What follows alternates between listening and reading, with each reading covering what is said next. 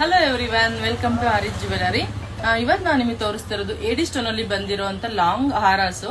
ಇದು ತುಂಬಾ ಸಿಂಪಲ್ ಆಗಿ ಬಂದಿದೆ, ಬಟ್ ಎಲಿಗೆಂಟ್ ಆಗಿದೆ, ಸಖತ್ತಾಗಿ ಬಂದಿದೆ. ಕ್ವಾಲಿಟಿ ಮಾತ್ರ ನೀವು ನೋಡ್ತಿರ್ಬೋದು. ನಾನು ತೋರಿಸ್ತಾ ಇದ್ದೀನಿ ನೋಡಿ, ಇದು ಗ್ರೀನ್ ಅಲ್ಲಿ ತೋರಿಸ್ತಾ ಇರೋದು.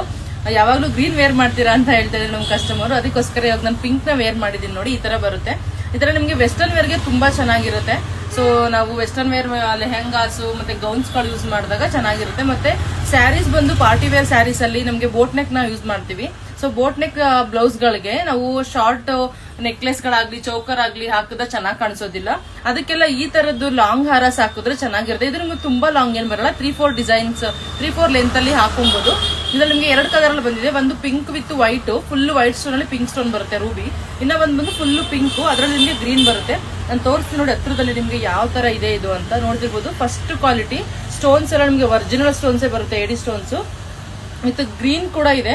ನಿಮ್ಗೆ ಲಾಸ್ಟ್ ಎಂಡಿಂಗ್ ಕೂಡ ಅದೇ ತರ ಬರುತ್ತೆ ನೋಡಿ. ಇದಕ್ಕೆ ಸ್ಟೋನ್ಸ್ ಎಲ್ಲ ಎಷ್ಟು ಚೆನ್ನಾಗಿರುತ್ತೆ ಅಂತ, ಸ್ಮಾಲ್ ಸ್ಮಾಲ್ ಸ್ಟೋನ್ಸ್ ತುಂಬಾ ಚೆನ್ನಾಗಿ ಬಂದಿದೆ.